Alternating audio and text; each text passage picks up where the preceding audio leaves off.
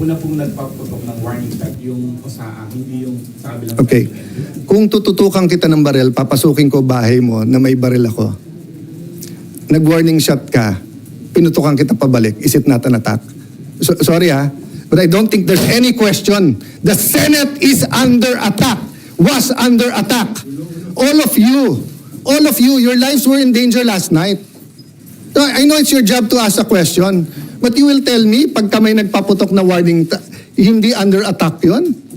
My God, we're a democracy. This is the Senate of the Philippines. Please naman. Di ba? Yeah. What do you think happens when there's no democracy? Who's the first casualty? The media. Wala nang media kapag wala. Di ba? Pag sinabing kami muna nagpaputok, umatras sila, or security guard ng GSIS yun, di sabihin nyo baka ito ay gawa-gawa lang, baka ito ay drama. Pero nagko-focus kami dito, hinihintay namin articles of impeachment, nakita nyo naman lahat ng pangyayari. Napakagaling ko naman mag-orchestrate ng lahat na yan. Kaya kong papuntahin dito mga armadong grupo.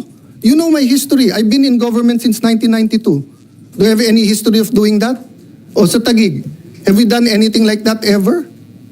No, so, excuse me, I mean, I'm not taking offense at the question, but, you know, if you have any doubt, you're doubting our democracy, you're not doubting my statements.